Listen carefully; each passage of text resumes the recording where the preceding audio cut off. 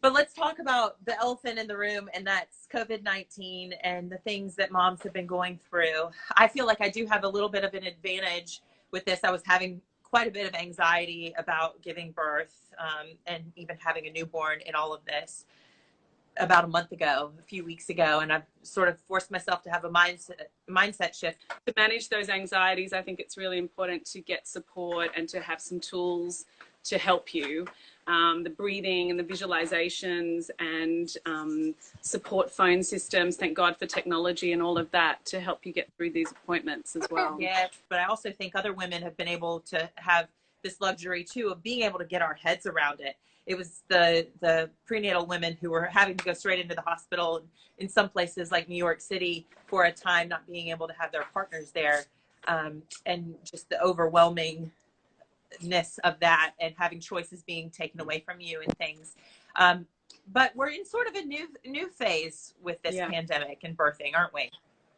Yeah, we're slipping into the new norm, and there's no other way to describe how it's been for the last sort of 5 weeks for people birthing in Australia and the last sort of 2 months for people birthing in the States. It's just been shit. There's really no other way to describe it, because we all have a vision for how we wanted our birth and our labor to unfold. And for a lot of people, that's held in the subconscious. They haven't connected with it and acknowledged it. But I think COVID restrictions have forced people to realize, shit, this is not how, sorry, Brooks, I shouldn't swear, cuss, as they say. It's not, how we saw it going. But you guys now are in this kind of new norm phase, so you have an opportunity to reassess, reconsider, and now understand and then revision. One thing that I love about the She Birth program is that some of the tactics that you learn and coping mechanisms that you learn and pain management skills that you learn for labor and delivery are really things that you can take away for your everyday life, and the breathing rituals and things to get yourself in and out of that fight or flight mode and get into more of a rest repair mode. But as far as this whole pandemic goes for prenatal women, I'll just mention some of the changes that I've noticed. My appointments at the hospital, I'm doing the midwifery program at the Royal Women's, and the appointments that should have been 2 weeks apart are a month apart, and the appointments that are 1 week apart are 2 weeks apart. They did tell me that I could use the option of having my own blood pressure, done at home if I had a cuff, or if I wanted to go buy one, or just go see my GP or something like that. When you go to the hospital, everybody's wearing masks. And you know what, that actually made me feel good while I was there, though, I have to say. You can find a parking spot at the hospital you normally can't. It actually felt good and calming for me to be there a week or two ago, I guess 2 weeks ago, because my next appointment's tomorrow.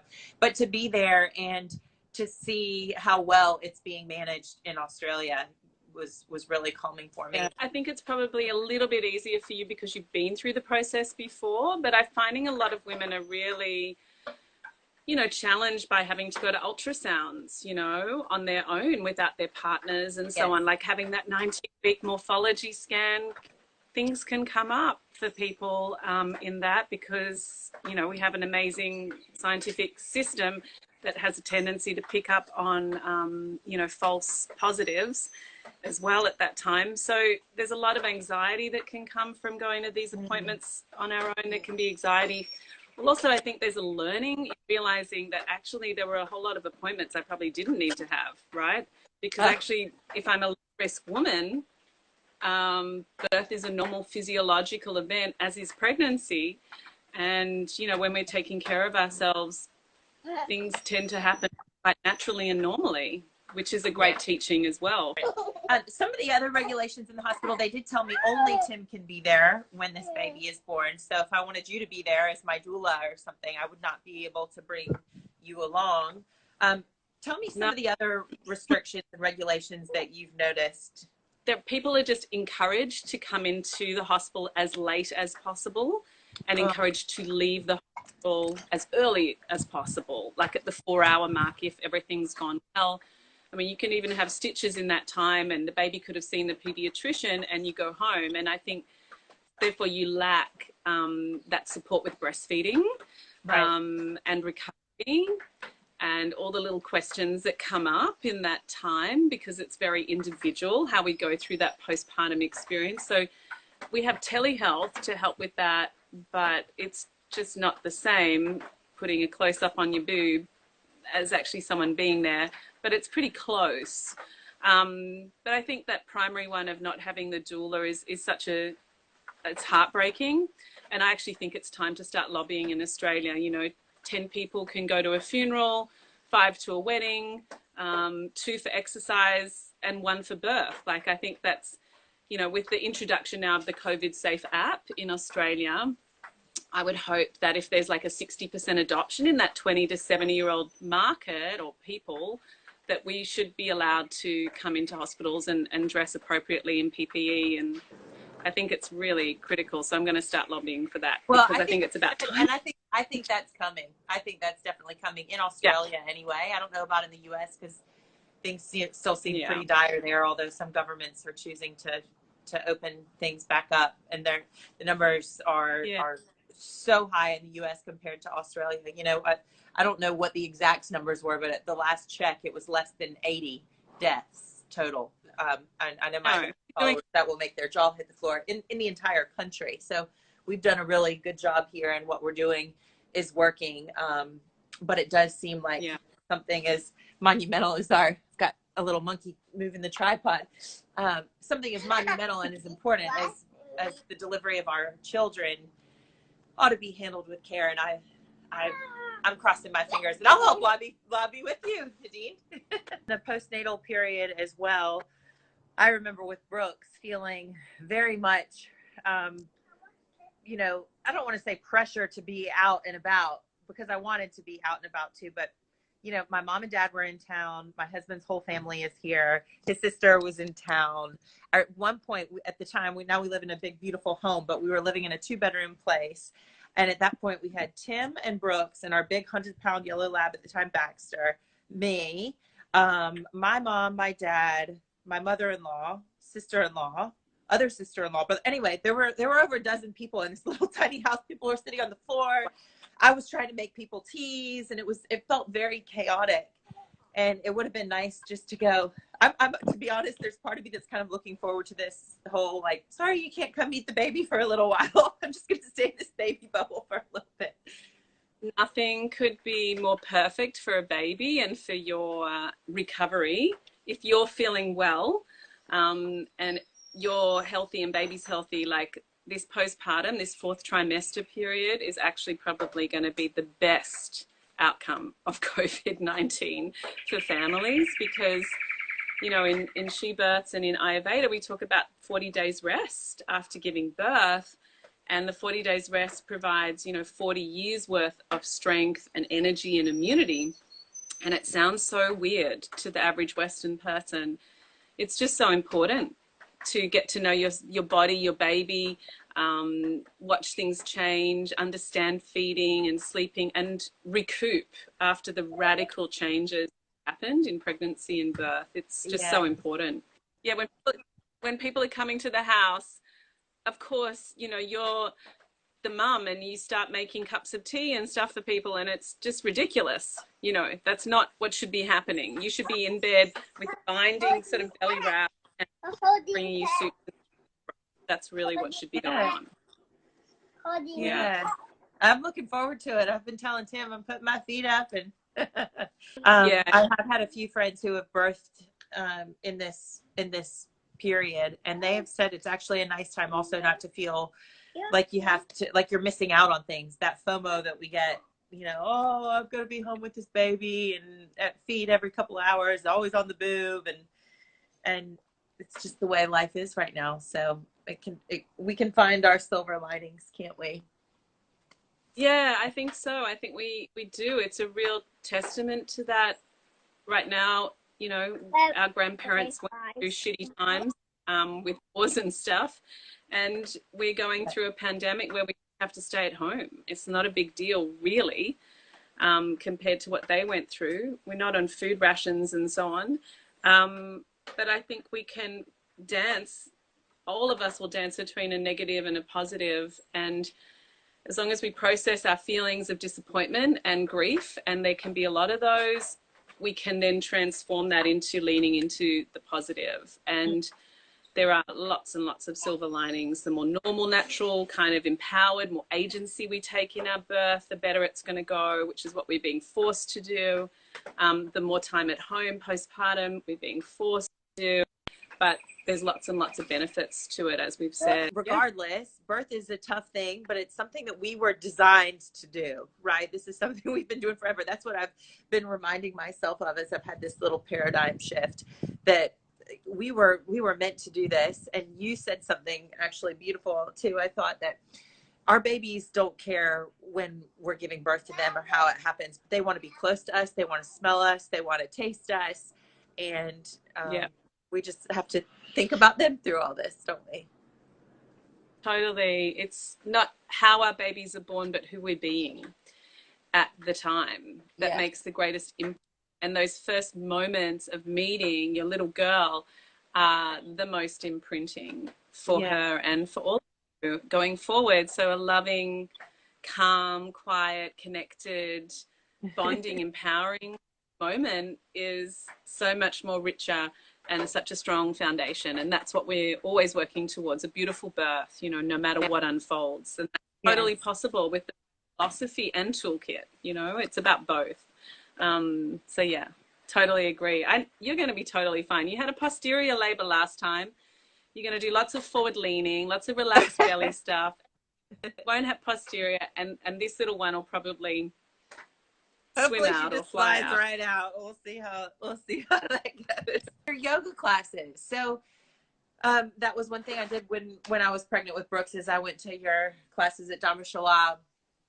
And you are still doing them, I think, once a week online, right? Is that right? But look, and prenatal yoga is such a great way, like I think your exercises too, to prepare for birth. Sorry, I'm moving inside because I can't hear you because the rain was so strong. So again, it gives you that really embodied kind of experience for birth, I think is really important. And relaxing and preparing for the breathing and physical positions that you might want to utilize in labor, you know, at home. Could you flick on the lights while you're over there? Thank you. So being aware of like your body and comfort and how we open the pelvis through movement and stuff like that. That's what we're really practicing in the prenatal yoga, as well as really grounding ourselves in the witness, which is what you do too in your exercise. You know, you're going through challenge and you're staying calm and you keep going and you give it a bit more. And you're really working with that gristly kind of mindset, like push through. That strength and the surrender is really important for birth. I do want to just kind of tell my followers a little bit more about She Births and how great I thought it was for me. And, you know, people out there are probably they're finding everything on the internet. They're doing the same thing with fitness and trying to piecemeal things together. But the best way to do it with fitness or with a birthing program is to find one and stick to it. And that way you're going to keep yourself accountable to actually do it and sort of stay on the same wavelength too, aren't you? Rather than just trying to piecemeal things together that you find on the internet. Yeah, just like Google stuff, and I think you'll end up feeling very discombobulated. I think it makes so much easier, like by choosing the course, by finding your trainer, like just to be able to walk in that one line, and you're going to build rapport and trust and deeper relaxation. The body loves rhythm and routine. It loves a bit of familiarity. And right now we need connection online. You need to feel like the people you're learning with and exercising with, there's a degree of love, right? And that's a really important thing right now. We need it. We're all a bit oxytocin depleted because we're not going out and interacting with people as much. Getting the hugs and everything. You're right. Exactly. So I always feel when I do your exercise, I feel like you're like reaching through the camera and you're right with me because you've like got that way of, but go to the educating experts and the exercising experts as best you can. Yeah. Okay. Well, so tonight you actually have one of your yoga classes. Is that right? Or you have something going on tonight? Don't you? Teaching here for far. Yeah, Tuesday nights at 6 o'clock There's the prenatal yoga. And yeah, anyone can join on Instagram, She Births. Yeah. And you're going to have a beautiful birth. Lots of love. Thanks for having me. Bye, Brooksy. Say bye-bye. Can you say bye-bye? Bye-bye. Bye. I like the energy Anna brings to the classes. Her Strong Sexy Mama classes are always fun. The time goes really quickly, which is important for me. I hate going to an exercise class and feeling like I'm looking at my watch every minute, hoping for it to be over. I don't feel that with Anna's class. And yeah, I just enjoy the vibe she brings and her infectious smile. It's just a place for me to go to find out more information about what's safe for me to do when I'm pregnant and at the different stages of my pregnancy. I'm someone who was quite active before I fell pregnant and was determined to continue on that journey throughout my pregnancy. But for me, I know I probably would have pushed myself too hard if I didn't have the right information available to me. And Strong Sexy Mamas I know that Anna's done the research from talking to professionals, you know, from women's health physios to obstetricians, and gotten all that information, as I said, in one central place for me to refer to. So that's what I love about it. I'm feeling good, feeling strong, I'm feeling fit, I'm feeling energized, and yeah, classes with Anna have been awesome, keeping me on track through my pregnancy, and I feel as good as I've ever felt. It keeps me limber, it keeps everything moving. If things don't feel good, then Anna's always got a modification for me, which is great. But I just like to feel like myself and like to feel as fit as I can, so this is the best thing for it. It's an amazing class. I love Anna's class. There's so much energy, and it's in such a beautiful setting at Bondi Beach. You can't get better than this. You will feel sexy and strong after the class. It's great, brilliant. It's about confidence. Having a baby really takes its toll on, you know, you mentally, socially, physically, and I think having a group of like-minded mums working out with you is really good at helping rebuild all of that. I love that Strong Sexy Mamas comes online, and you know, it's those short 15 minutes, 20 minutes. And I have two toddlers, a 1 and 2 year old, and there is no way I can get to any of those mums and bubs classes anymore. Like 15 minutes, I can totally squeeze into my day. I can let them run amok, let chaos happen, and they even get involved, get in the way, and then, you know, 15 minutes I'm done, and I'm back cleaning up after them. Getting out of bed in the morning to actually go and do some exercise has probably kept me sane. You know, having a baby who doesn't sleep and is not on solids at the moment, who's breastfeeding, you know, does take its toll. So getting out and being able to be active and obviously join, you know, an amazing community of girls, it's really empowering. I like working out with Anna and Strong Sexy Mamas because I struggle to motivate myself at home just with having a 14-month-old baby, and I've had a few injuries, and you know, these exercises in particular go at different levels, so I can do the kind of lower exercises as opposed to all the jumping and things like that, and it's helped me to get back motivated again. I love Strong Sexy Mamas because it's so important to do exercise in a safe and controlled way after having a baby. It takes such a toll on your body, and Anna is amazing at giving options.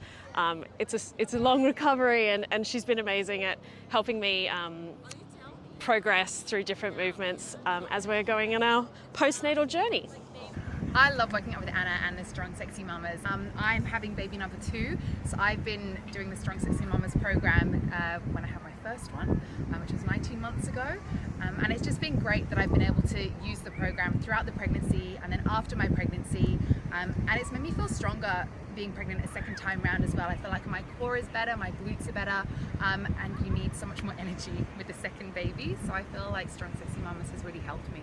You can do it from home. Everyone knows babies can be difficult sometimes, so to be able to work out in your house, in your home, and include the baby in it, I think is absolutely amazing. Cost effective, I mean, look guys, we're not working, are we? Not everyone has loads of money, so to be able to just jump online, watch a video and work out with your bub at home and get fit again, I think is such an amazing program. It's also starting to teach them about an active lifestyle. They might be young, they might not know a lot about what's going on, but I think it's really good to start that active learning in their brain from an early age. Pelvic floor's always been such a taboo topic, and I don't think it should be. We've all got one. We're all going through the same thing once we have a baby, and I think it really needs to be out there in the environment for everyone to know, but for everyone to understand as well how important it is to you as you get older once you've had your babies. The postnatal workouts that we do are so important, and the way that women's bodies recover, that is not talked about enough, not dealt with enough. Everyone launches themselves right back in, and I like to think about that first period as almost a fourth trimester of pregnancy, and paying attention to the pelvic floor, being able to find workouts like yours that are fun, being able to involve the baby, but don't forget about what our bodies are recovering from, and being able to feel comfortable taking it really slowly so we can get fit faster in the end, but taking it slowly to find a class that does that and pays attention has been amazing. I love Strong Sexy Mamas because it gives you the opportunity to work out at home when you're too busy and have a hectic lifestyle and you can't make it to the gym. And Anna has amazing energy and her programs are super easy to follow. I love Strong Sexy Mamas because it makes me feel good, and I encourage all women to do it, all mummies to do it, because if you feel good, then Bub's going to feel good and everyone's going to feel good, and the world's a better place. I love how energetic they are, and they get a full body workout, and because I've had a cesarean, I get the option of doing some low impact, and then later on I'll be able to do some high impact, and they're just so versatile, and really it's about fun for me and getting my body back to where it was pre-baby. I love Strong Sexy Mamas because of the online videos. They're easy to do at home with your little ones running around, and there's lots of choices you can do. I was like, wow, this is for me. And so the belly's going and getting strength in my arms, and with strength comes just greater confidence. I just feel really good in my skin at the moment, and I love that. What is it that you like about taking my classes? Well, first of all, it's awesome fun. Smile from ear to ear when you're doing it. It is fun. So you would recommend it? Absolutely try out her class. It is super fun and really safe and well done and thought out, and I think that it's a really great class. Oh, thank you. I like also the fact that you offer lots of options. So, for example, postnatal women need to take it a bit more easy, but even someone like myself who's not postnatal anymore, my kids are 6 and 8 now, but I might have other issues. I've got a sore back, so I don't do high impact exercise in general. Yeah. And I like that you offer options. But she is always working it, doing the low impact exercises. That's right. Just because it's low impact doesn't mean it's not hard work. It doesn't mean that you can't sweat or you can't get a good burn or good pump, a good exercise, challenge your cardiovascular system, strengthen those muscles. But I love that you give options. Yeah. Absolutely, I would definitely recommend Strong Sexy Mamas. It's been great to meet other like-minded mums. It's been great bonding for Valentina and I really feel a change in my body already.